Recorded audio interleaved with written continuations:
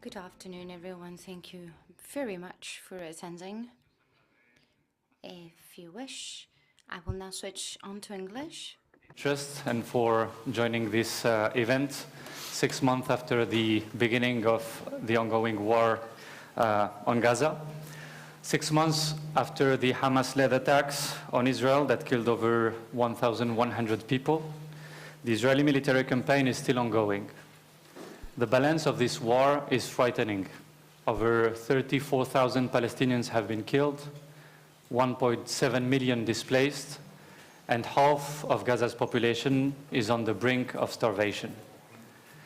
Israel is engaged into its longest and bloodiest war, and the situation in Gaza is being described as one of the worst humanitarian crises in modern times.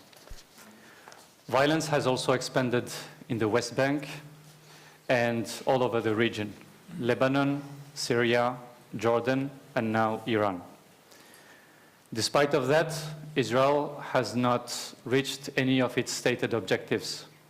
Hamas is still alive, and 129 Israeli remain in Gaza, dead or alive. On the Israeli side, the war seems to be the only way out, and this explains why we are talking so much about Iran this day and so little about the situation in Gaza. On the Palestinian side, some plans to achieve reconciliation have been launched here and there without much success so far. When it comes to talk about peace, we have several stances.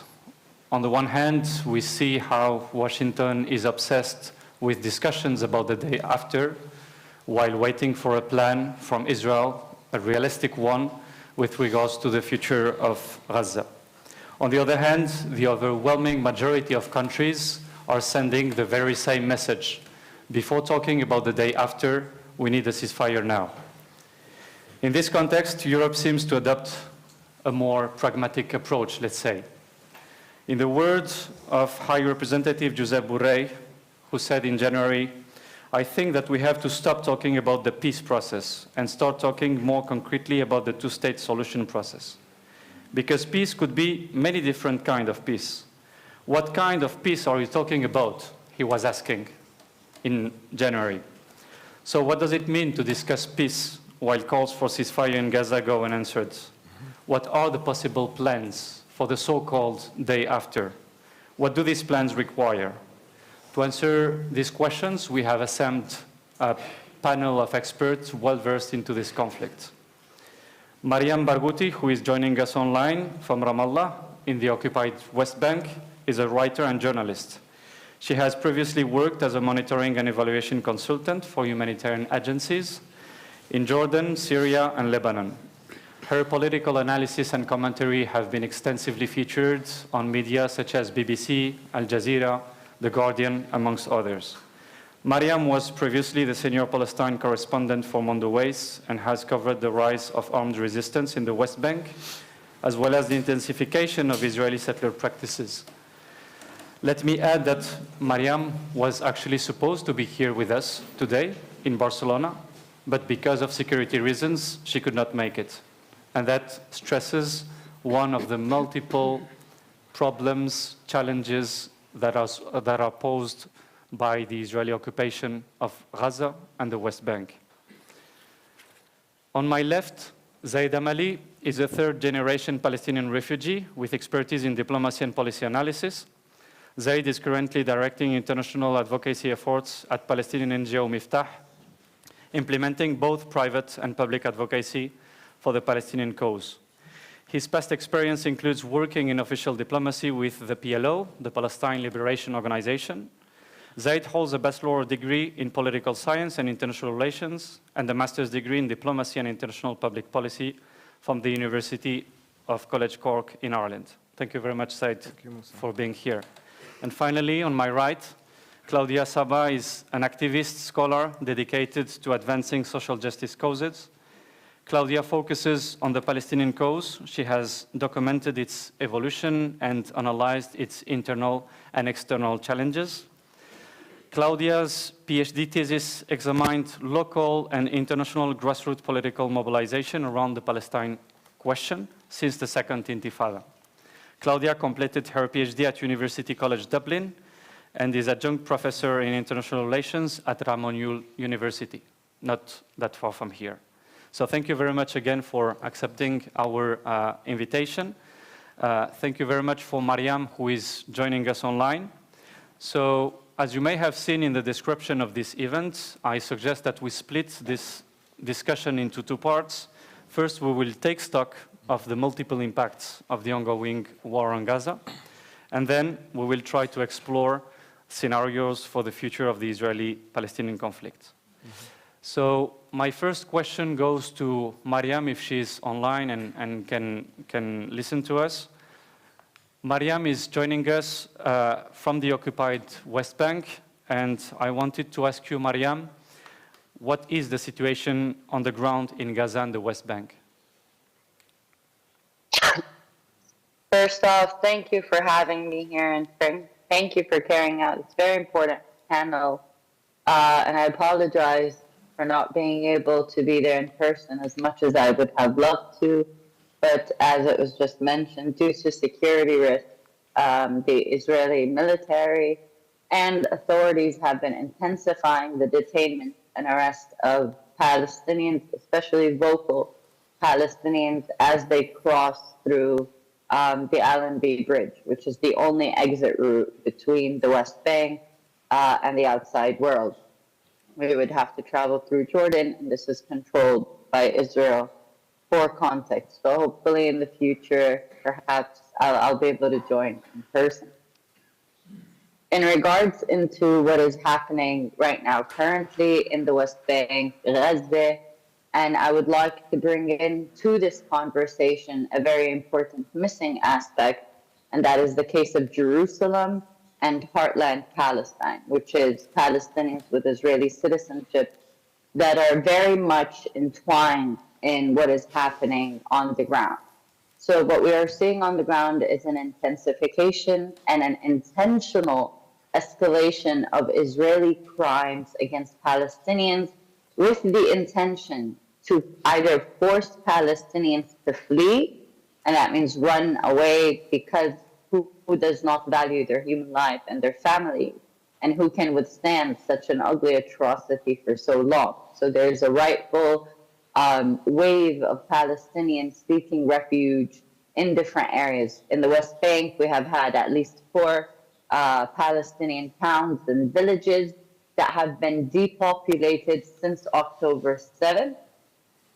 And in Gaza, the entire population is either killed, displaced, being taken captive as the detainees, and being tortured in ways where even Israeli doctors are finally speaking out that because of the torture, they're being forced to amputate legs of Palestinians. This is Palestinians across all ages.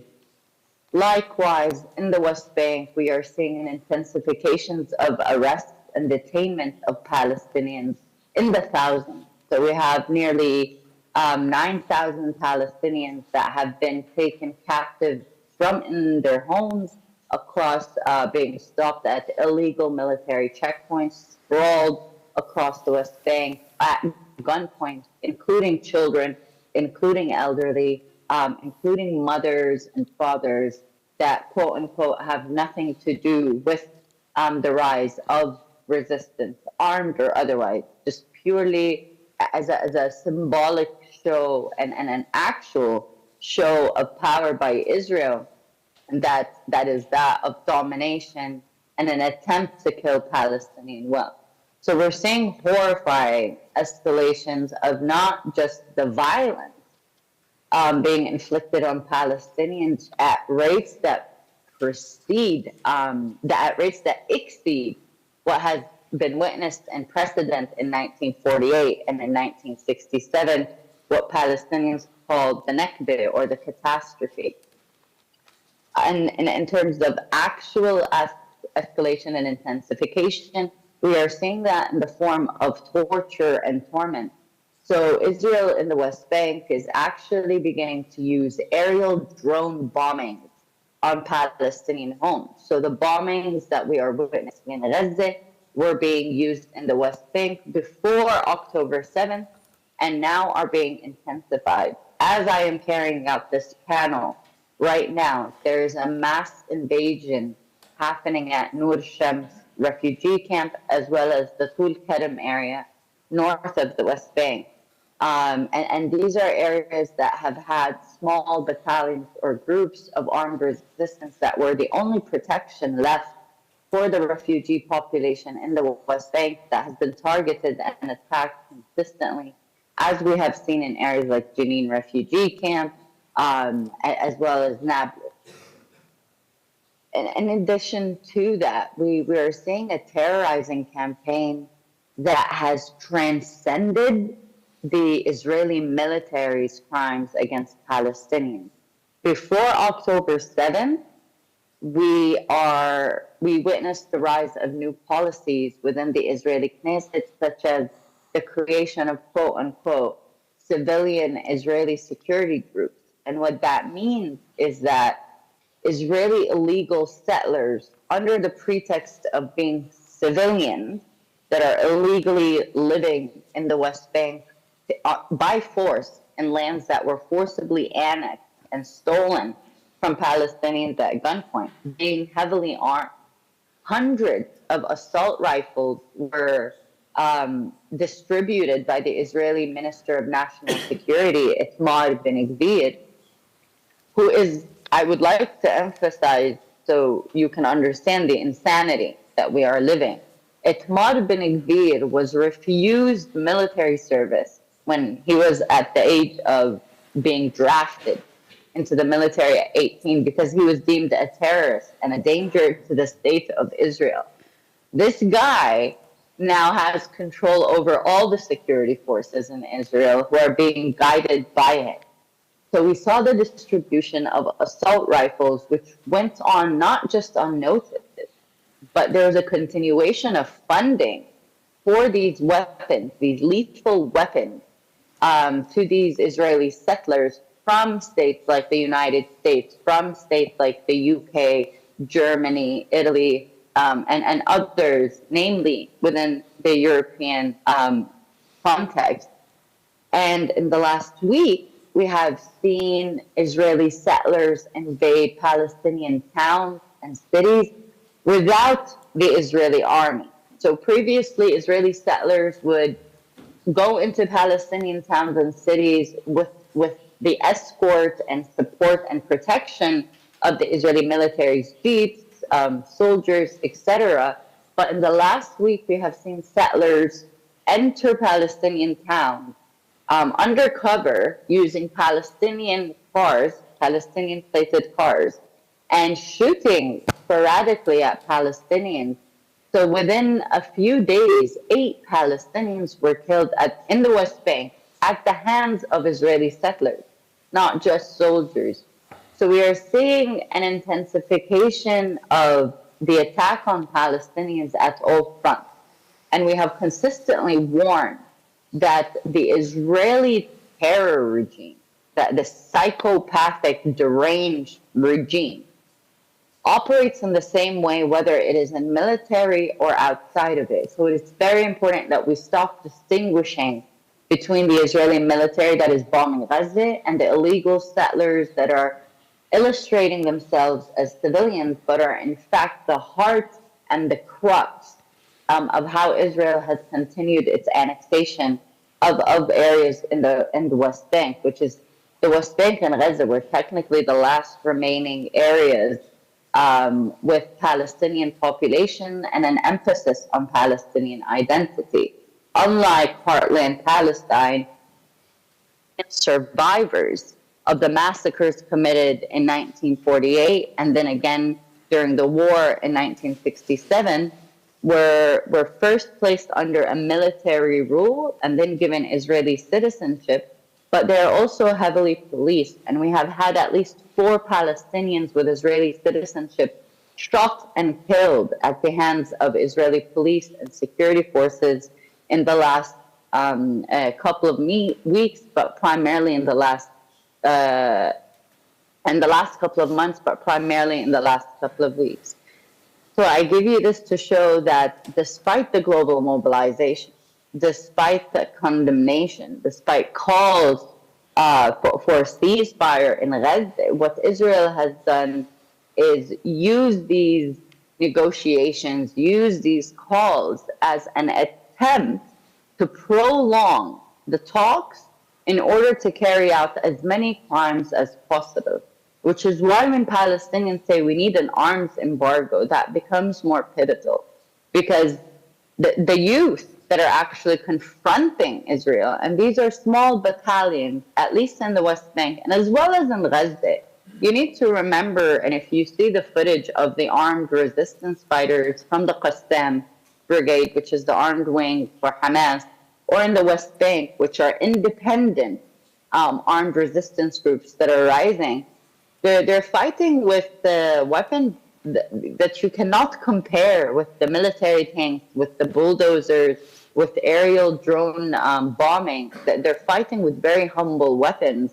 They often put together from other pieces of metal, scraps of metal, or that they have put in their entire life savings to try and buy a gun, or they are actually rifles that were stolen from Israeli soldiers during previous raids and forgotten in their homes. So the disproportion of power is really important here because it shows two things. One, the will of the Palestinians to continue fighting, and two, the weakness of the Israeli army and military, which for decades has sold the world the narrative of precision warfare. That means they are strategic in who they are killing, making every person, every Palestinian that is killed an intentional kill. It is not random, it is not collateral, it is intentional.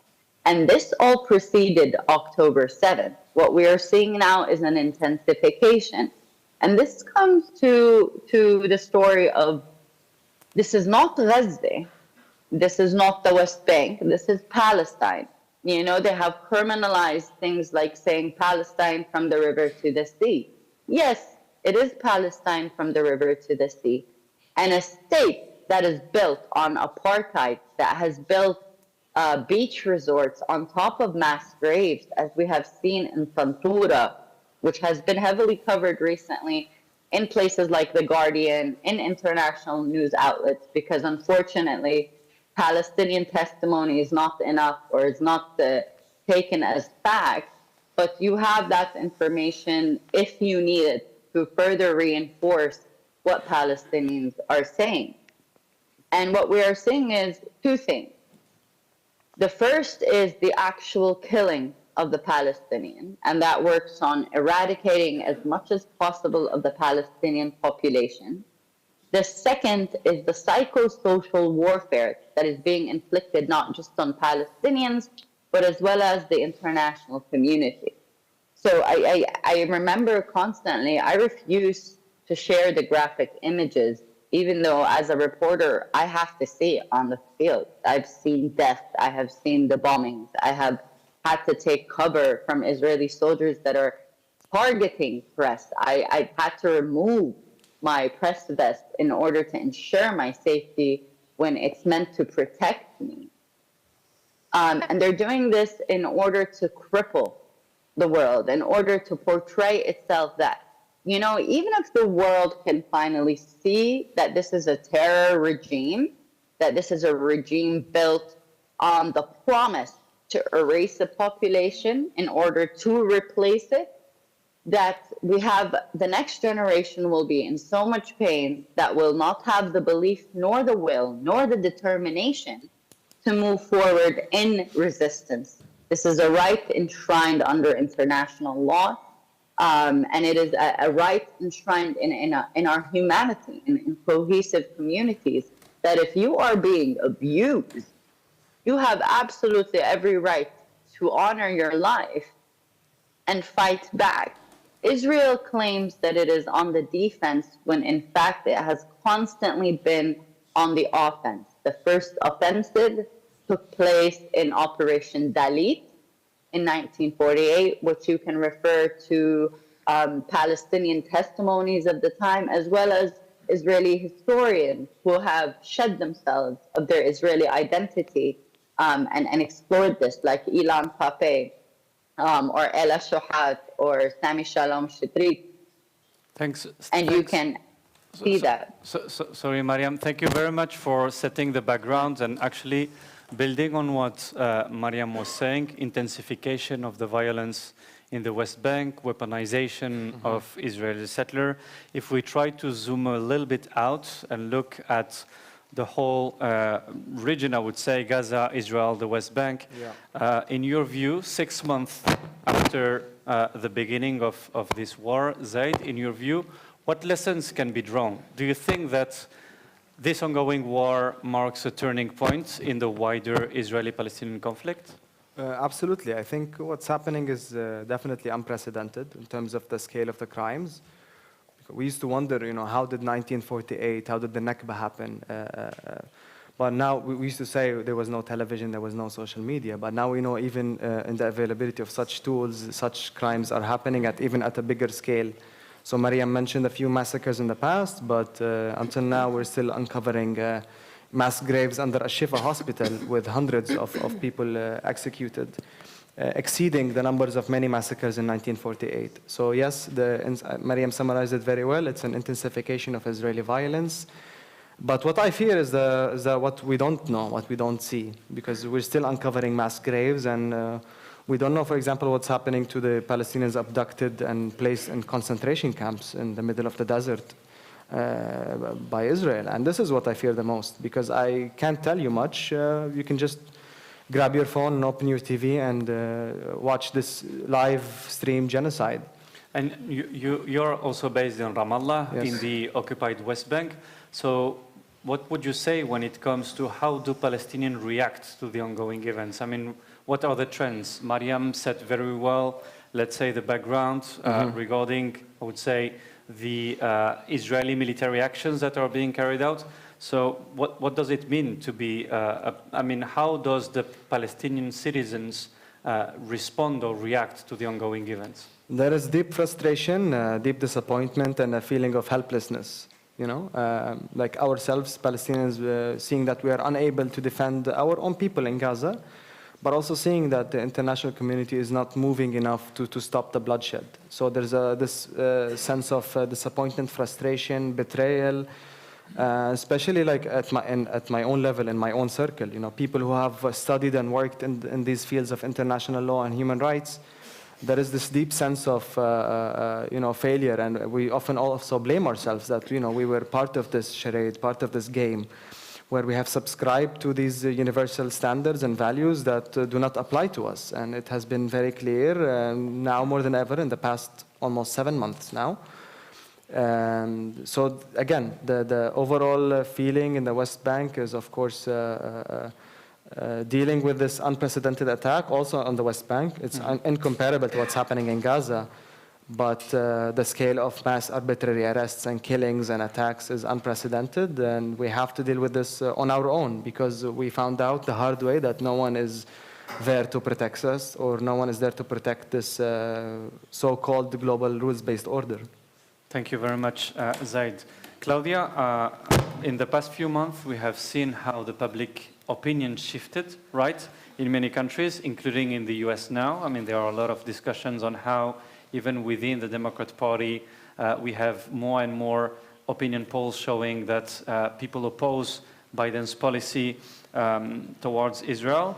There has been this increasing pressure for a ceasefire in Gaza without any success. And my question is, how can we explain that? And what do you think is needed for that pressure to become effective?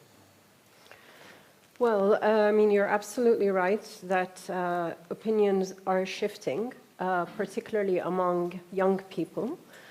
So in the United States, we have seen the largest sustained demonstrations in decades, against what is unfolding in Gaza. In Europe as well, actually, a poll was just published yesterday.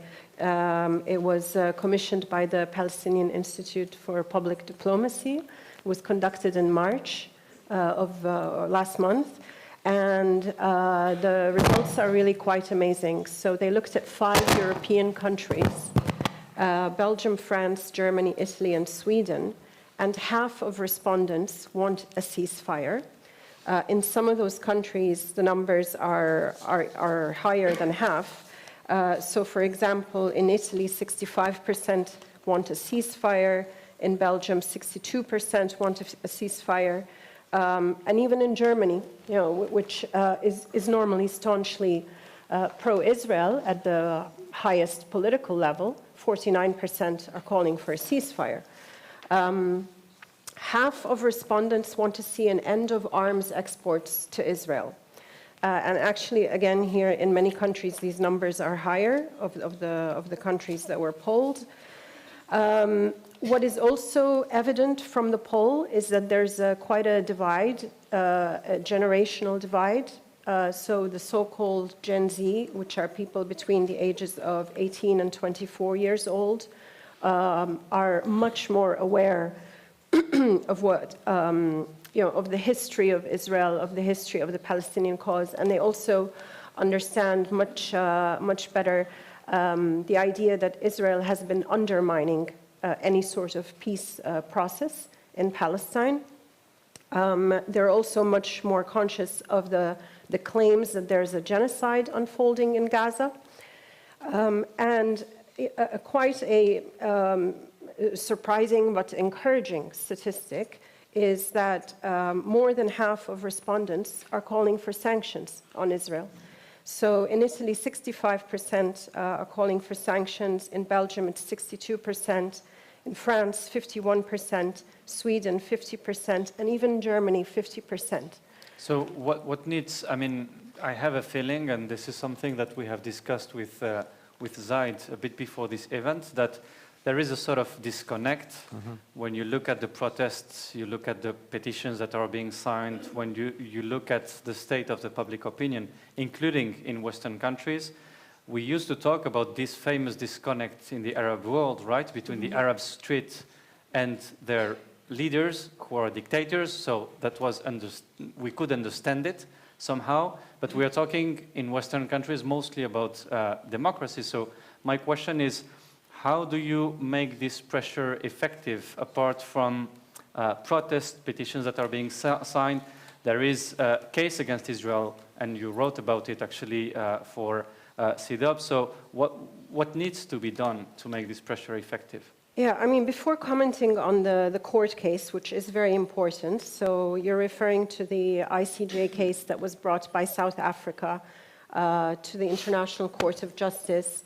The initial hearings took place in January, and the initial order by the court came out in January. But before commenting on that, just a small comment on why this disconnect. So obviously there is a lag time involved. I mean, we have cycles of elections where you've got an election every 4 or 5 years, depending on the country.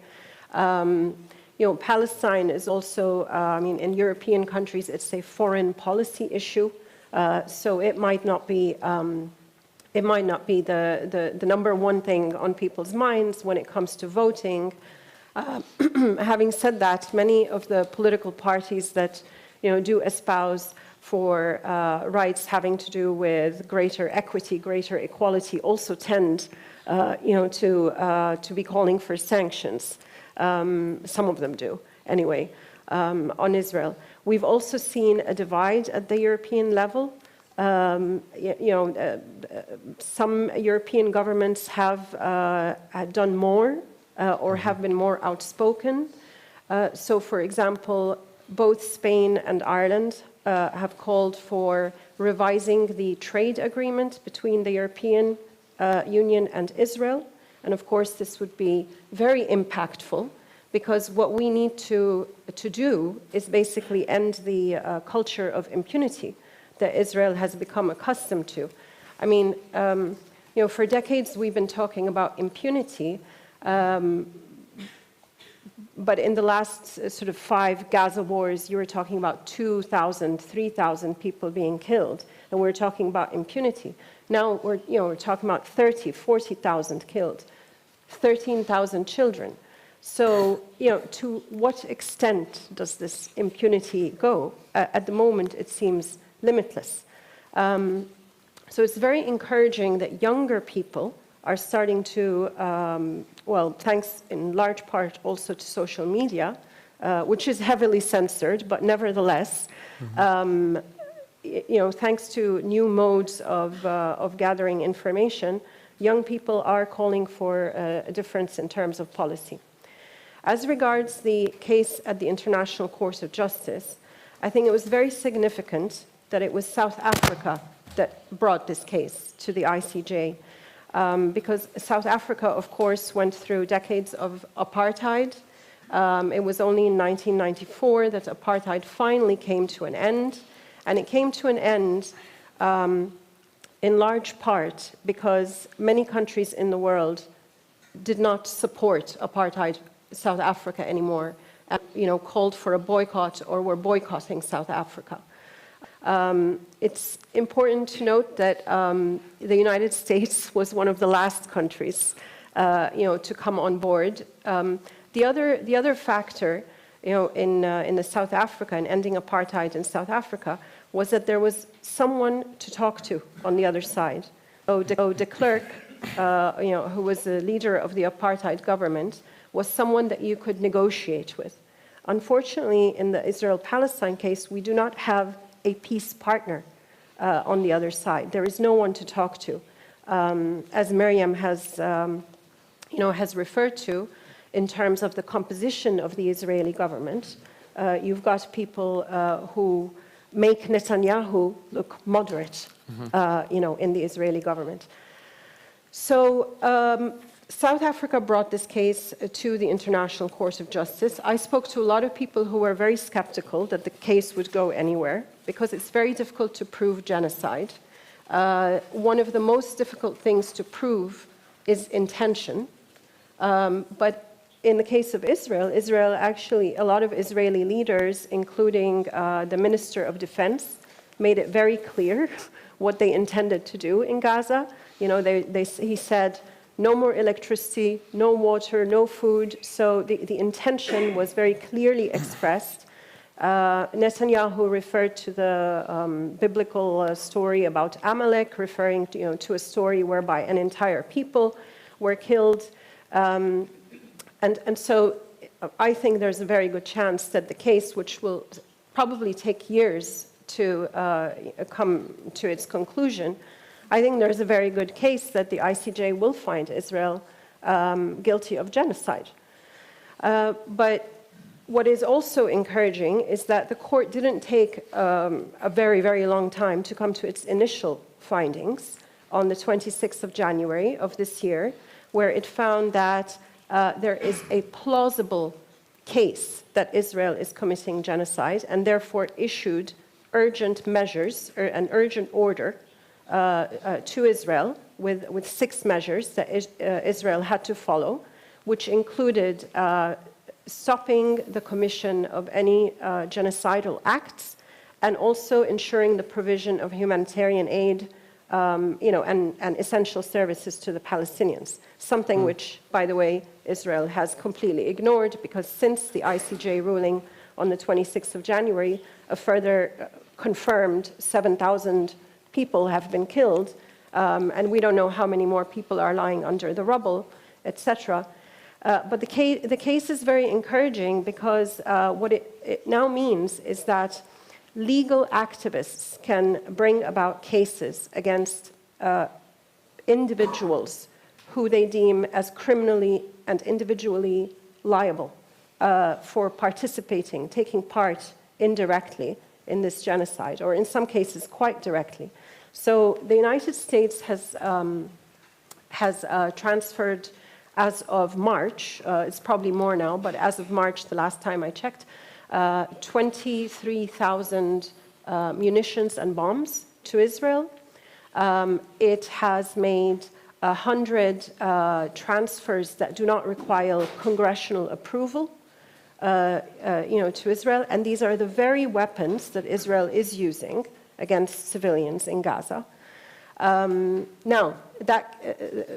So a case was taken in the United States in a federal court in California, and it was taken very seriously by the presiding judge, who found that Israel is plausibly committing genocide, but ruled that the court did not have the authority to influence U.S. foreign policy. It's nevertheless a very, very important case, and it is in appeal now, so it will be appealed. And there have been cases taken in Germany, in a federal court in Germany as well, against Chancellor Olaf Scholz and Foreign Minister Baerbock on the same grounds, because Germany last year alone transferred weapons to the tune of 326 million to Israel. And so, by taking these cases, there's another court case in Canada, there's one in Denmark against the Danish government. I think by increasing the number of legal challenges, against these governments that are transferring the weapons, I think, that's one very definite avenue that we can pursue in order to try and bring about at least an end to the killing, if not, a political solution per se. Thank you very much, Claudia. I would like to go back to Mariam in order to close this first part, let's say, of taking stock, so that maybe we can bring in the discussion to what kind of scenarios are coming ahead. Mariam, you are working as a journalist, and not only as a journalist, but also as a policy analyst. And my question, building on what Zaid was explaining about the situation in the West Bank, people losing hope, but also the shifting public opinion. So from your view as a journalist, what are the main messages that you think should be sent to international stakeholders and basically every single audience that are reading or listening to Palestinian voices? First of all, thank you, Zaid and Claudia, for your very important interventions. In terms of journalism in specific, there's something that needs to be taken into context, that for decades, the Israeli military and its Ministry of Strategic Affairs in specific has concentrated efforts of censorship on media, but as well as mainstream news networks. As we have seen recently in a report from The Intercept, there's a memo from the New York Times that said you are not allowed to use words like apartheid. But these were preceded in moments like 2020 and 21, when Palestinians rose up in the uprising of unity and hope. And it was an unarmed, non-violent uprising that was completely repressed and followed up by mass arrest of Palestinians and escalation of land annexations in the West Bank, but also against Palestinians with Israeli citizenship in Jerusalem, where we have seen more homes demolished. But the reporting of local journalists was taken as biased and distrusted and not truth, while the narratives of official military spokespersons who are actually engaging in these crimes were taken as objective and fact.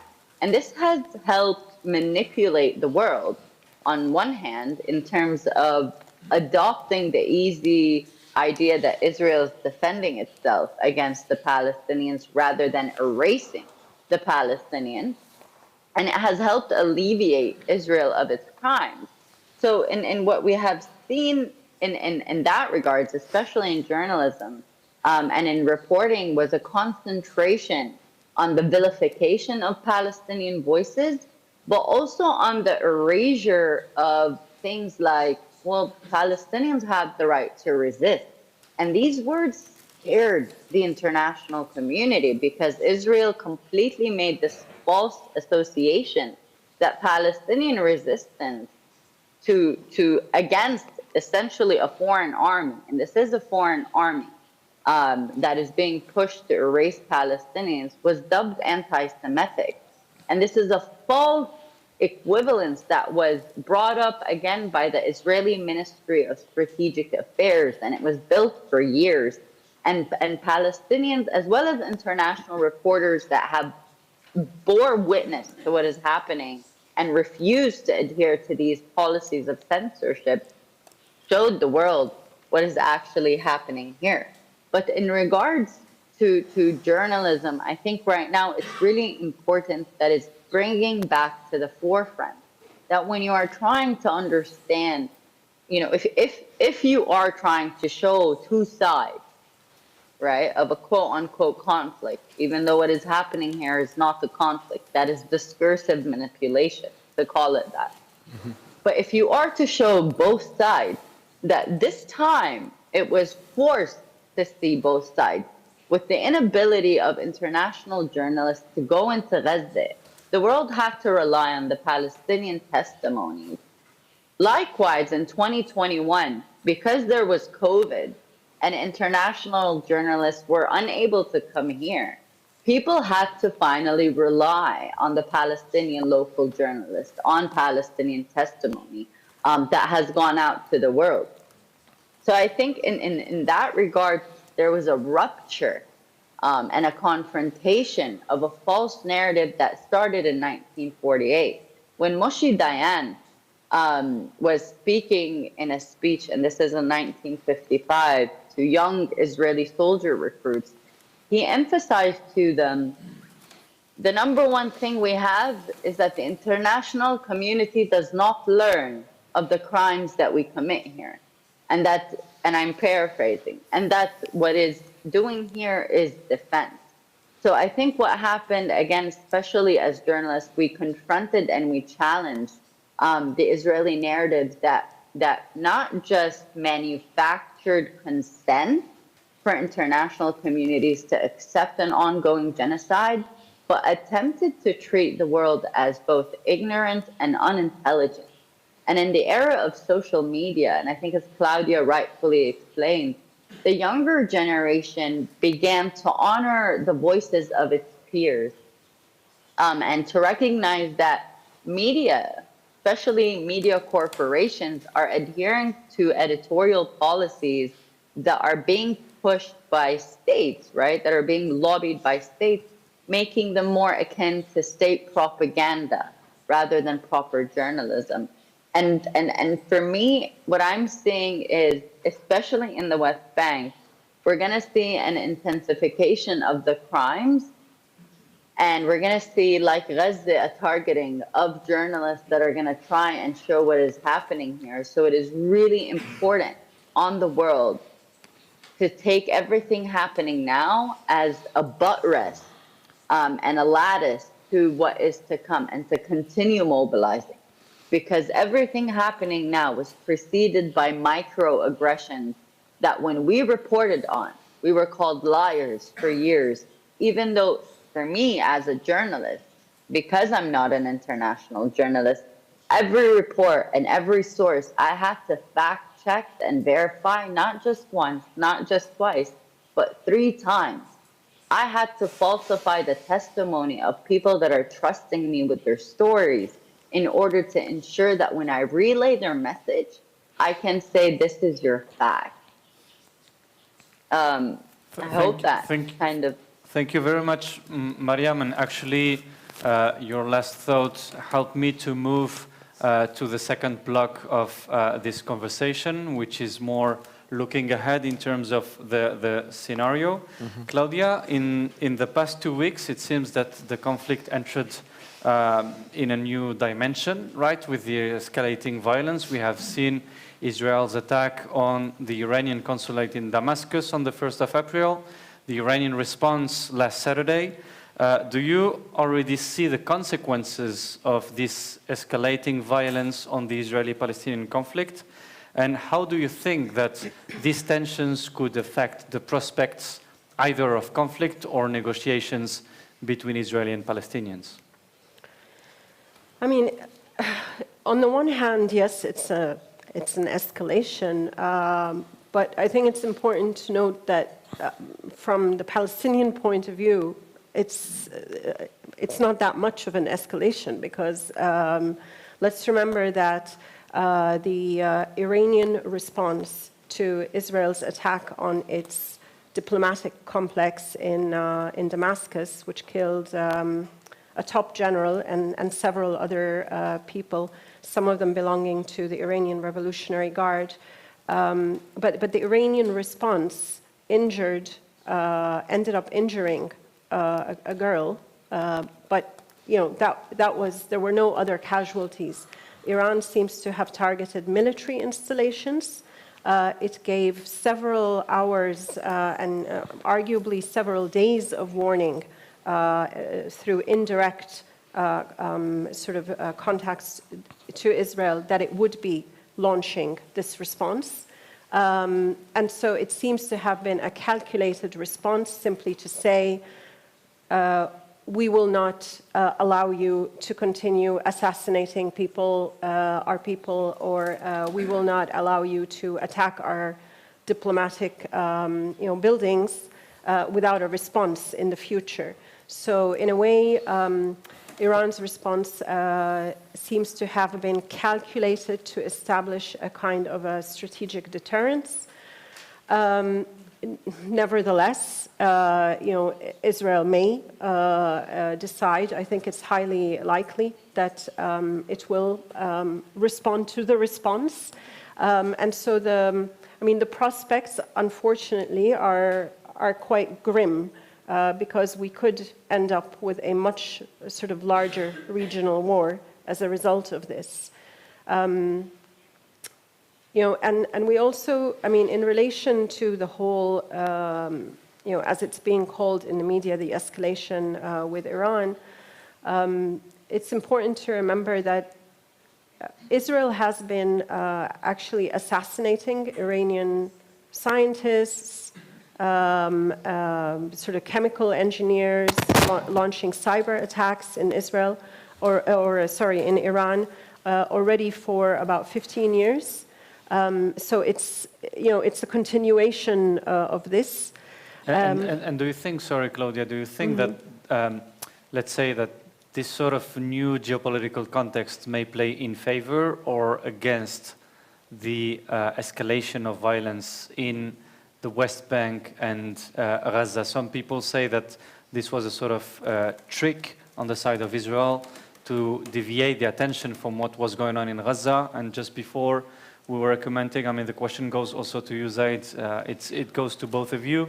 There is now, as we are speaking, the possibility that of an imminent assault on Rafah, and actually there are some talks that the US would approve the Israeli plans for Rafah in exchange of a non-response from Israel to Iran. So I don't know who wants to take that question on whether this sort of context, I know it's a very complex one, if you think that could play in favor or against, because we see also here in Europe more and more voices trying to take this as an opportunity to say, we need a ceasefire. Spain is talking about the recognition of the state of Palestine. We will come back to that. So, but do you think, maybe it's too soon and you dare not to answer, but do you think that could play in favor or against?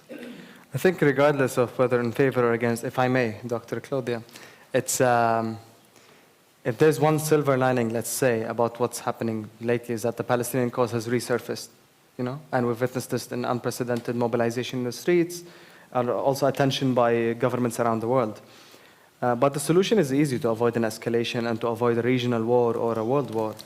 Even the actors, maybe not Israel, but the other actors in this equation have made it very clear that, if a ceasefire comes in Gaza, then we will stop our military operations. And you can hear this by, the groups in Yemen, the Houthis in Yemen, Same in Lebanon, by Iran as well. So it's very clear who wants to avoid an escalation and who wants to continue this war for their own interests and favors.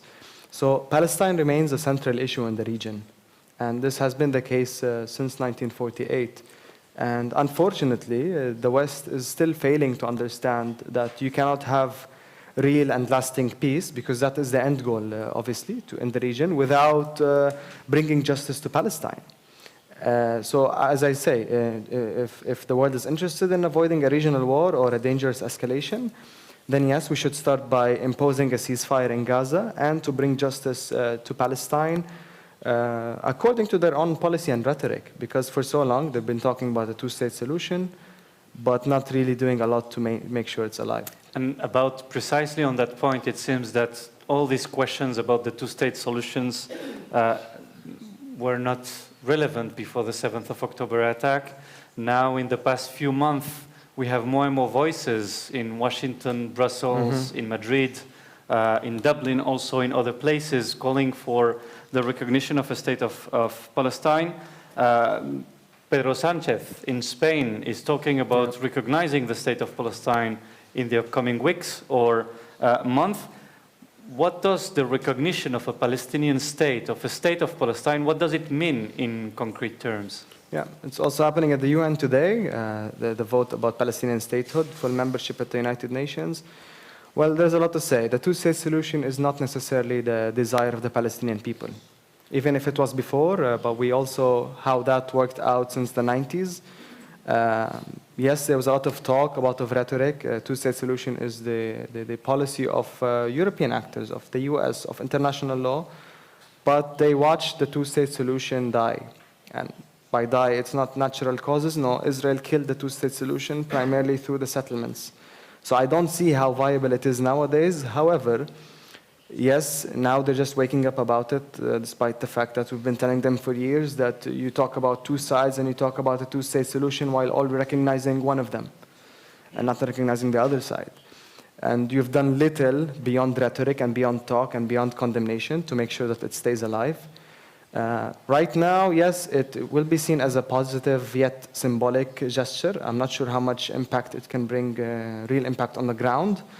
However, it will maybe renew the little hope that Palestinians have in the system of international law. And maybe it will be a sign or a hint of international accountability that, Israel cannot do whatever it wants and get away with it. Yes, this is only a small positive step, like I said, and they need to build on it to make sure that this state that they're recognizing is independent and sovereign, not a state under occupation. That it has jurisdiction and authority, and that the Palestinian people can exercise self-determination and other freedoms and liberties under this state. So we need to move beyond the rhetoric. We need to move beyond the symbolic into real action that will bring real results, that will bring lasting peace and will bring justice. Thank you so much, Zaid. Allow me to go back to Mariam, who is online.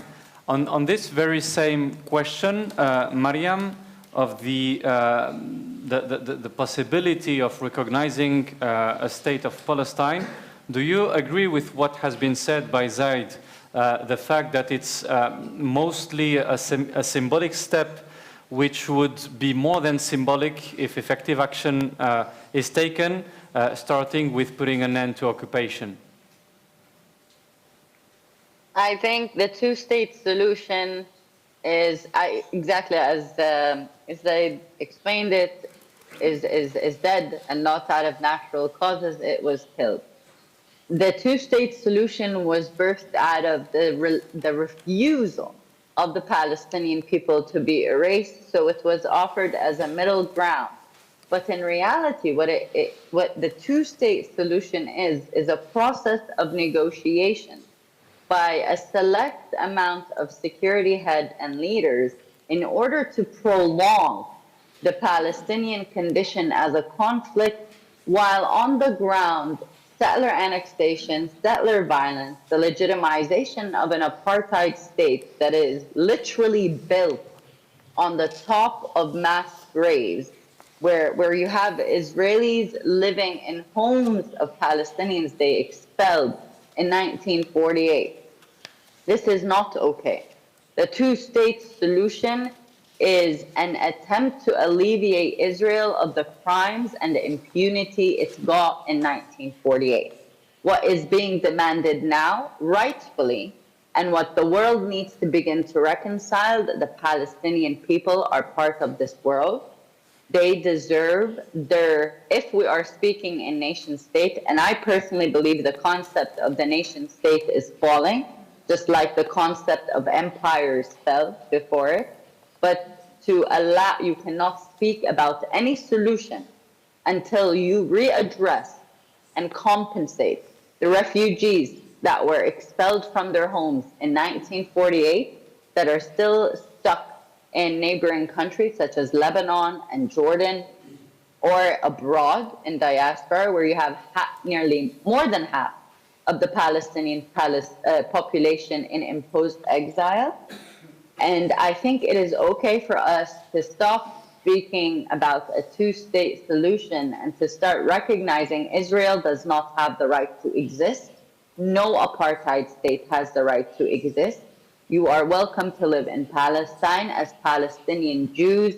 If the issue is, as it has been falsely claimed, is that of Jewish rights, as we see with multiple examples around Palestine. But I think to keep bringing up the two-state solution for Palestinians while they're being ethnically cleansed, while they're being displaced from their homes, while they're being shot point blank, where almost a third of those killed in the West Bank last year, in the most lethal year we have witnessed in 2 decades, were children. And this is before October 7th. But when Palestinians fight back, when Palestinians finally have an inkling of leverage in the global negotiations table, suddenly everyone is bringing in the two-state solution. There was an ability to implement a two-state solution, but Israel chose to do that by enforcing an apartheid law, by ensuring that the Palestinian economy is held captive under the Paris Protocol. And you need to remember the West Bank is demilitarized. If Israel wants to use the Hamas excuse, the West Bank has been demilitarized since the Oslo Accords, and all we have seen is an exponential growth of illegal settlements and settler violence against Palestinians. And at the same time, Israelis carrying out these negotiations on fancy tables with alleged Palestinian representation with no real address to Palestinian needs. So I think for me, the two-state solution debate is a dead horse. And right now what we need to focus on is tangible realities of how to protect and safeguard human life. So that requires permanent ceasefire, an arms embargo, and a delegitimization of a state that has built its legitimacy on communicating to the world that it is defending itself when it is committing crimes against humanity that are the most heinous crimes in probably our generation's era. Thank you so much, Mariam. Building on this, Claudia, you were recently the Gender Equality Fellow for Shape Them EU project, which is a Horizon Europe project of which CEDAW is partner, and we have some people in the room, I think of Ines, Edward, and others who are involved into this project. In this framework, I think between January and February, you went to Brussels, you've carried out several interviews with EU policymakers, and so on and so forth. So what would you say about not only the EU reaction to the ongoing war, but how does it envisage the two-state solution somehow? And how do you think the EU could contribute to, let's say, ease tensions or bring Israelis and Palestinians around the same table or push for negotiations, let's say, be it for the ceasefire now or for the prospect of a two-state solution? I mean, honestly, just like my colleagues here have said, the talk of a two-state solution just seems like talk and nothing else. We have to ask the question, would a Palestinian state have the right to defend itself once it's recognized as a state? The Palestinian Authority was established, but the only powers it really has are sort of municipal, like to look after the water, the streets, make sure the streets are clean, things like that. My experience in Brussels was a little bit surreal, going at the time that I did, because I did not feel at all a sense of urgency from many of the officials that I met. Sadly, I kind of felt like they were just they had a wait-and-see attitude for the most part. I mean, obviously there were variations, and there were also variations depending on the country that the official was from. So the sort of more friendly countries, more friendly to the Palestinian countries, were countries like Belgium, like Spain, like Ireland. But in general, so the people, the officials that I spoke to that did feel that something had to be done, spoke as if they were completely helpless, you know, and gave me the impression that the EU sort of machine is this sort of giant bureaucratic machine that doesn't sort of even communicate between the different parts. So, for example, I was asking questions particularly to do with gender support for Palestine in particular, for the southern neighborhood, but for Palestine in particular. And I was quite amazed to learn that the Council has no say in the gender agenda that the Commission has. And the Council is let's say, the body of the European Union that has power to implement real policy vis-a-vis Israel, for example. And so if they're not even communicating, like they told me literally they do not have much to do with the democratization agenda, which is what the gender agenda is a part of. Similarly, people that I met in the Parliament, members of the European Parliament, had no say over the democratization agenda. They were separate again. So the impression that I got is that it was all very disjointed. There didn't seem to be a body apart from the Council, the 27 member states, that could actually effect any kind of change. And so even in meeting people who worked in the Commission at sort of in mid-level positions, you felt their helplessness, like they couldn't actually do anything or effect any change. So, it was more of this very nice words about democracy, about gender mainstreaming, but then not followed up with any kind of real action. It was particularly jarring, when I asked them about the 50,000 women in Gaza who are currently pregnant, and was there any action plan as part of the sort of gender support to do something, to help these women. But of course, there was nothing there. Thank you, Claudia. About the EU side, and this will be the last question, so that we can have about 20 minutes for the audience. There are so many people in this room that it would be great to leave some space for the Q&A with our great panel. You were confessing a couple of hours ago that you were pretty disappointed with the EU in general. So my question is, how, from a Palestinian perspective, and of course, we're talking about a diverse audience with a diverse view, what could or should be the role of the EU? The EU is the first trade partner of Israel. Yes. It's the first provider of external assistance to the Palestinians. What do you think the role of the EU could be right now, and when looking ahead towards a possible scenario of negotiations or two-state solution, for instance? Well, to summarize, I think the EU must and can do much more towards Palestine. You mentioned there's a lot of tools, there's an abundance of tools of accountability and leverage that the EU or member states have over Israel, but unfortunately they haven't been used. And as I said before, it's time to move beyond the rhetoric to real action and real steps of international accountability. I remember being in Brussels, sitting with different EU stakeholders before, for example, the EU revived the Association Council with Israel. And I was told by European diplomats that we are reviving it because it's a good opportunity, a good platform for us to address Israeli human rights violations, to make sure that we have a platform to address them. And we can only see what happened since 2 years ago until now. I mean, I would love to see their faces and have them say that to me again without looking ridiculous. I mean, I've had to speak to European diplomats. My work has been centered around the EU and its member states for over 5 years now. And again, we kept telling them the status quo is not sustainable.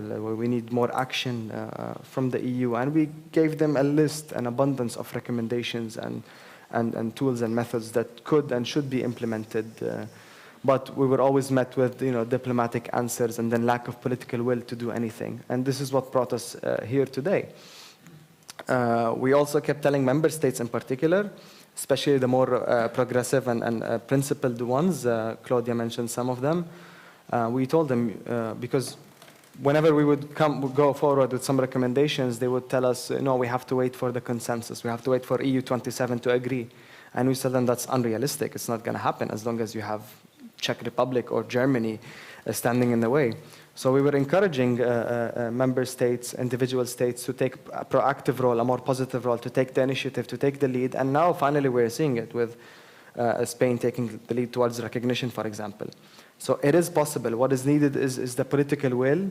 It's the principled stance by governments in Europe to do more.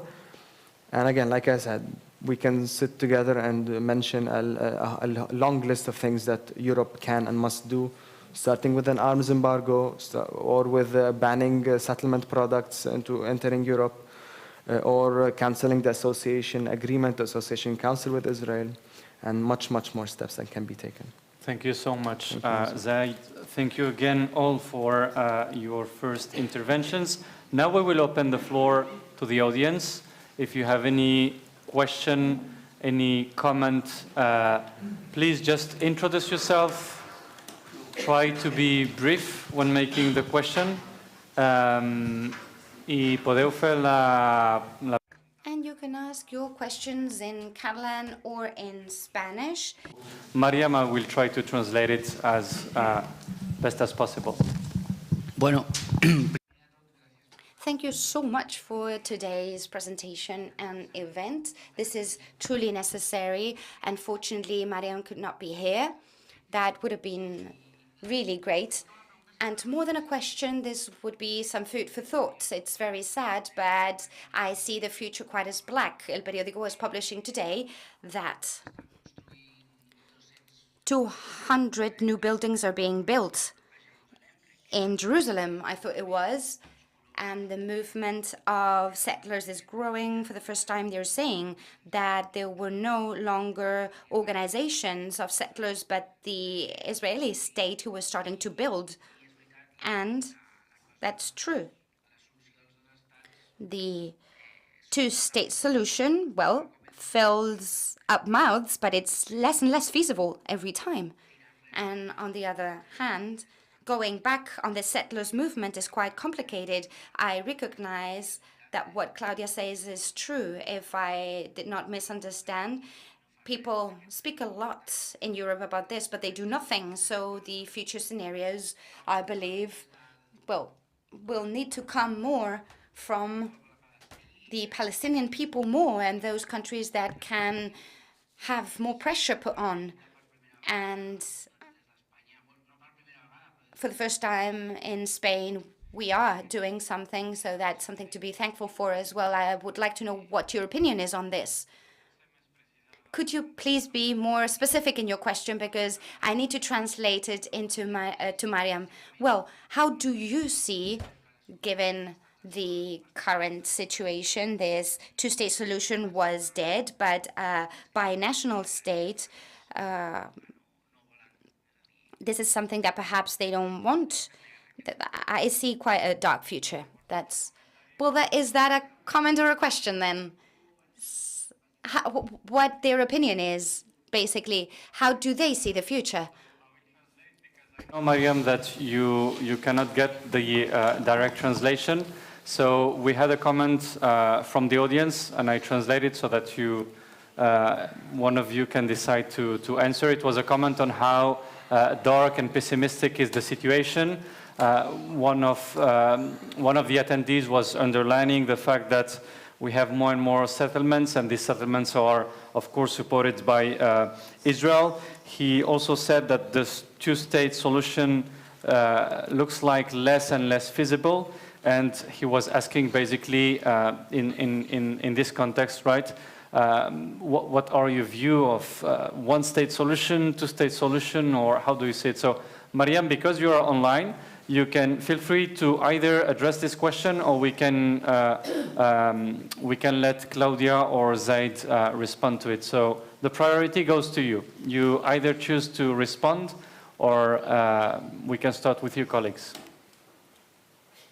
I can just make a very short intervention. Please. Yep. I had just released an article in Al Jazeera that I'm emphasizing that we must not lose hope. Because yes, we are seeing a lot of destruction, and it does seem like dark times, but the emphasis on the dark times is always because you can change, the only constant in change. So I understand that there might be a pessimistic reality when we say there's an increase in settlements and there's an increase in crime, but the point is to stop it now so that the darkness doesn't become the reality. So the practical solutions is, yeah, you place an arms embargo on Israel, that you adhere and uphold your right to boycott a criminal state that is committing crimes against humanity. Before speaking about any solution, you make sure that the Palestinians, at least, that are, even if you want to negotiate with Palestinians, are a healthy population, that we are not making decisions under duress, that we are not making decisions while being traumatized, and that we are not being coerced to accept bargains that are basically crumbs. So right now, in these dark times, it is our hope and our insistence to do and demand things like arms embargo, for policymakers to begin mentioning Palestinians in their policy briefs and the demands of Palestinians, to insert language like liberation into our lexicon, and to allow our imagination to go bigger than the solutions being offered to us that make us feel helpless. And I think that's kind of where I'll stop here and allow my colleagues to answer, and I feel what will be a more eloquent manner. Thank you so much, Mariam. Who wants to? I mean, you go. Go ahead, please. I'll be very brief after you. Well, yeah, I mean, very briefly, I think when we watch the sort of courage and dignity of people in Gaza, you know, in the face of horrors, absolute horrors, I think we should take inspiration from that, you know, that, I mean, the Palestinians are, I think, not going anywhere. And so this, you know, the fact that when we have this word in Arabic, sumud, just staying put, so, you know, we still exist, existence is resistance type of thing. And I hope that this can be contagious, you know, for people around the world, because I think Palestine is not just an issue for Palestine or even for the region. Israel has been using AI in ways that have never been used before. And I think what we are watching in Gaza is the first AI-assisted genocide. And this is something that should worry everyone, you know, everywhere, because these technologies are going to be marketed as, oh, look, you can just, you know, kill a load of people much more quickly by, you know, using AI. So I think people everywhere should be quite worried about these developments, because this sort of technology is going to be sold to, you know, governments that are going to misuse them, and so it's a problem for everyone, you know. So that's all I have to say. Thank you, Claudia. This is possibly the darkest time in Palestinian history, but I think we cannot afford to lose hope. You know, we have a responsibility as well. This is what makes me wake up and do this. with the public and with diplomats as well. You can imagine how unpleasant it is sitting with the diplomats. But again, we have a responsibility, and what I know is that the lives of more than 30,000 Palestinians in Gaza cannot go in vain, right? So we need to, in a way, try to do them justice, to honor them by making sure that, you know, we are up to the responsibility, and then we bring a just solution. And we can get creative, say one state, two state. I argue that we did have a one-state solution before 1948, but then some people tried to get creative and are now suggesting different issues. I think the priority is to highlight the importance of preserving the basic rights of the Palestinian people. So if you underpin self-determination and right of return of the Palestinian people, and have us, the Palestinians, decide where do we want to go with that, because we did not have the opportunity yet under occupation, under settler colonialism, and due to fragmentation to reach that. So if we focus on self-determination and right of return, I think we will reach a just solution in Palestine. Thank you, Zaid. We can take more questions. So there is one here. I have a very short question. Introduce yourself, please. Just introduce yourself. Sorry, my name is Waldo Swart. I'm a research assistant here at CEDOP. And my question is, we've been talking a lot about the future and about the present, but seeing that we're talking again about genocide in which Europe is complicit, and for example in the case of Germany, which said never again, and seeing how Europe has dealt with its past, I see actually more of a continuation with its history and with its past of colonization, of racism. So my question is a bit, will it be able for Europe to legitimately be an actor which is able to speak about human rights, speak about democracy, and all of these values which go to the heart of European identity without facing the questions of racism, of colonialism? Will it be possible to have prospects for future without actually recognizing for Europe its colonial past? Yeah, that's basically my question. Thank you.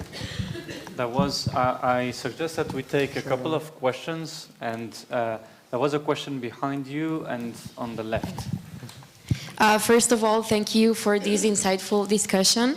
I wanted to ask about the potential escalation to a regional conflict with Iran. My question is, what is the role of the United States in this situation? Because I know that they are in this elections year, so Biden is not interested in getting into a war. So do you think that Israel is dependent enough on the United States for the United States to avoid this escalation to a regional conflict? Thank you very much. And there was one question here. We can also take last one after this one. So the policy of the... Introduce yourself. Oh, sorry. First. My name is Fatima, and I'm a student of political science at University of Barcelona. My comment is, it's clear the position of the EU towards this situation is not a moral one, but a political one. So I would like to understand, because first it was Israel has the right to defend itself, and that was clear. That was their position, and I think it was a very strong one in the beginning of the conflict. And now it has changed. We are seeing that the UN is speaking about maybe stopping the conflict and changing their view. So I would like to understand, from your point of view, what is the motive that is provoking this change of view? Thank you. Thank you very much. There was a fourth one over there, I think. Yeah.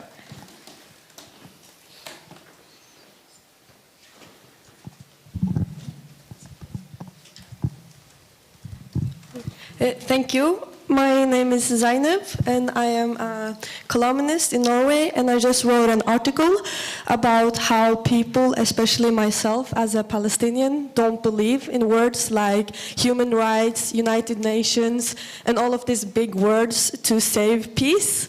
And I was wondering, do we need a revolution in this system to keep order in the international system? Do we need to change the words to make them actually have a meaning? Yes, thank you. Thank you very much. So we have exactly 8 minutes to answer all these questions. Is there anyone of you two who wants to start? Yeah, I can start. Yeah, go ahead, please. Okay. On the question about Iran, you're right, the United States, last thing it wants is a war with Iran right now, particularly in an election year, but it's also bogged down in Ukraine and very focused on China. However, the problem is that it seems that the US administration seems to have no sort of pilot in the cockpit. There have been many instances of Biden appearing to be incoherent, for a period, Secretary of Defense Austin kind of disappeared for a couple of weeks and didn't tell the president where he was going. It turned out that he was going to get surgery. So there does seem to be a lot of disarray in the current US administration, and that's a very dangerous thing. So one thing that I'm afraid of is that the US could stumble into war.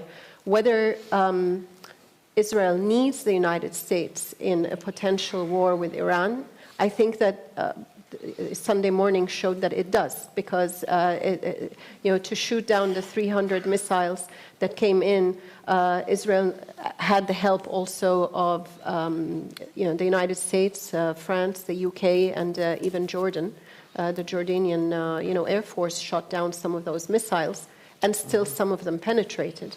So it absolutely does need the United States, but that doesn't mean that the United States will not stumble, unfortunately, into a war. On whether Europe needs to deal with its past first, I mean, it's true that denazification didn't take place properly.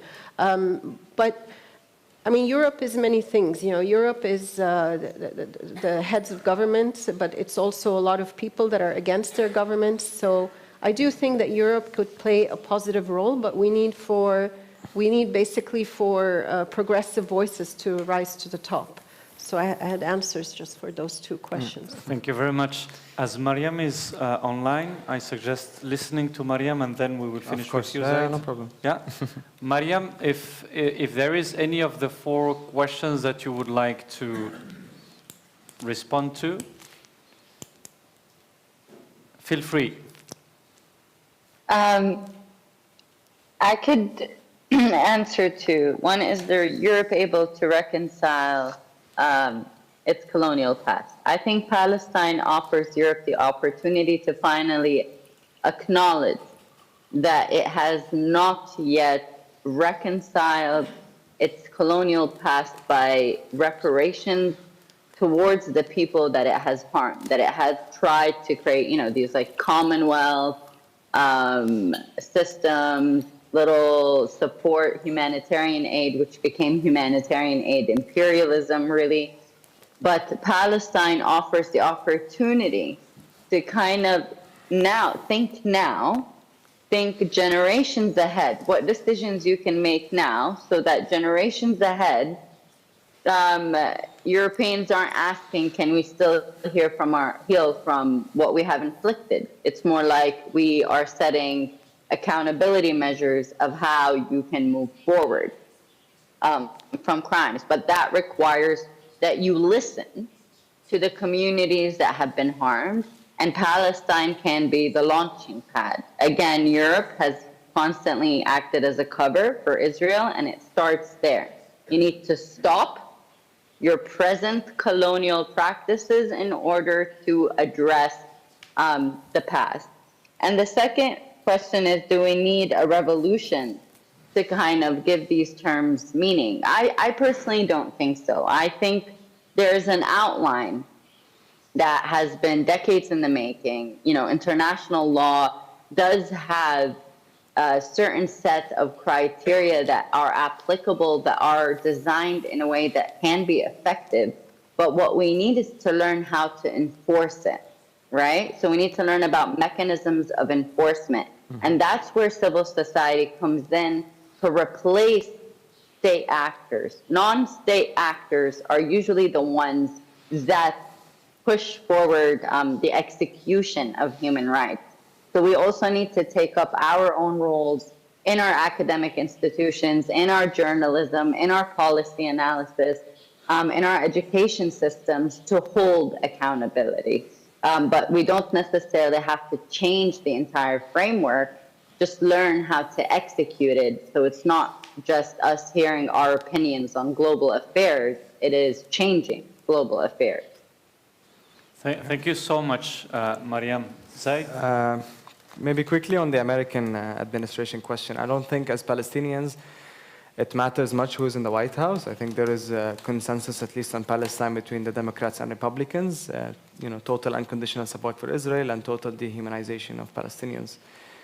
Perhaps on the first and third question, I think Europe's position in the beginning was very much immoral, but also illegal. I mean, we're moving past silent and indirect complicity of Europe and the West and many other states to direct and active complicity. And the case of Germany is just incredible to see. I mean, overall, I mean, we are made to pay the price of, German mistakes in the past, and we're witnessing Europe losing its credibility because of this approach, not just in Palestine, but also in the Arab world, in the Muslim world, in the global South.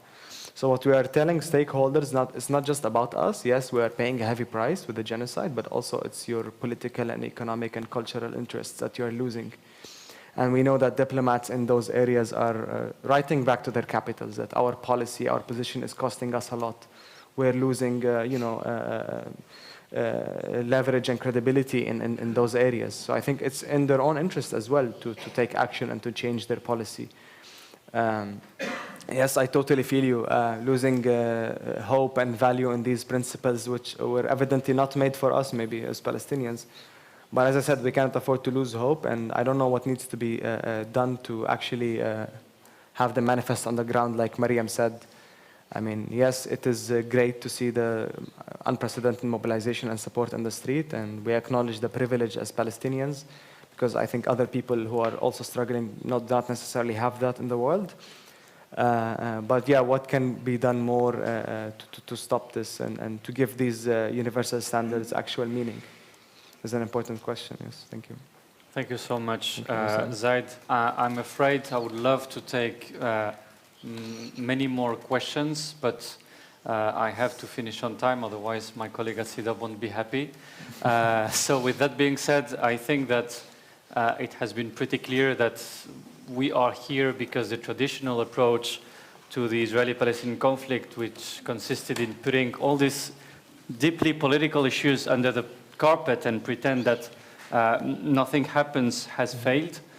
Some people, many people, too many people are paying that with the price of their own lives. I think we have heard from our three speakers today 2 or 3 overall messages. I would say the first one is that the situation in Gaza and the West Bank is extremely grave and very tense in the whole Middle East, more and more as we can see it, and states and the international community in general needs to take action right now to prevent the whole situation from worsening.